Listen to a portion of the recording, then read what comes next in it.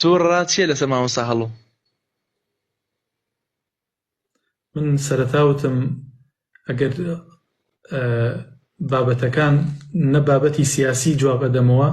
نا مامۆستا بابەت سیاسی نیە، من ڕێز و خۆشەویستیمێ بۆ مامۆستا هەڵۆ بۆ جەناب برای شیرینم با بۆ تێتگەێنم. من لەگەڵ مامۆستایانی ئەهلی حەقا برام.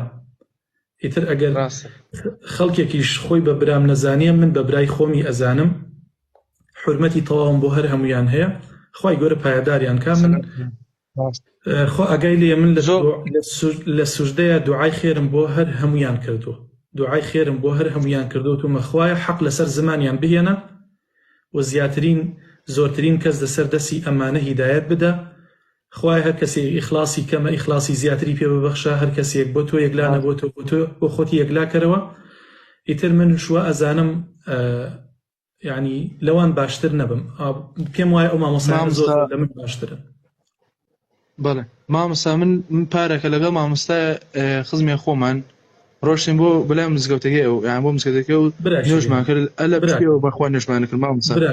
لەوێ دەرچوین براکەم ڕەحمەتی خوات لێبێ، ناوی هیچ مامۆستایە مەهێنە، چونکە من هەر مامۆستایە کە باس ئەکرێەوە کەوتم هەمویان لە من باشترن. باشە براکەم، قسەکەت جوان، هەمویان لە من باشترن. من خوا ئەزانێت، ئەوتم خوا ئەزانێت، خوا ئاگای لە نیەتم هەیە. ئەوەی لە پشتی منەوە نوێش کات لە خۆم بە باشتریان ئەزانم، ئەوەی لەو لایڤەیە لە خۆم بە باشتریان ئەزانم. هەر مامۆسایەک دەرچووە خزمەت بە دین و بە ئیسلام و بە موسڵمانانەکە لە خۆم بە باشتریان ئەزانم. ئیتر ئەمە پێویست ناکات لەسەر ئاستی هیچ کەسێک قسە بکەم براکەم. لەبەر ئەوە کەسێک بڵێ ڕات چییە لەسەر فڵان مامۆستا، من پێت بڵێم هەمویان برای بەڕێزی منن، حورمەتیان هەیە، لە سوژدەیە دوعام بۆ تاک بە تاکیان کردووە.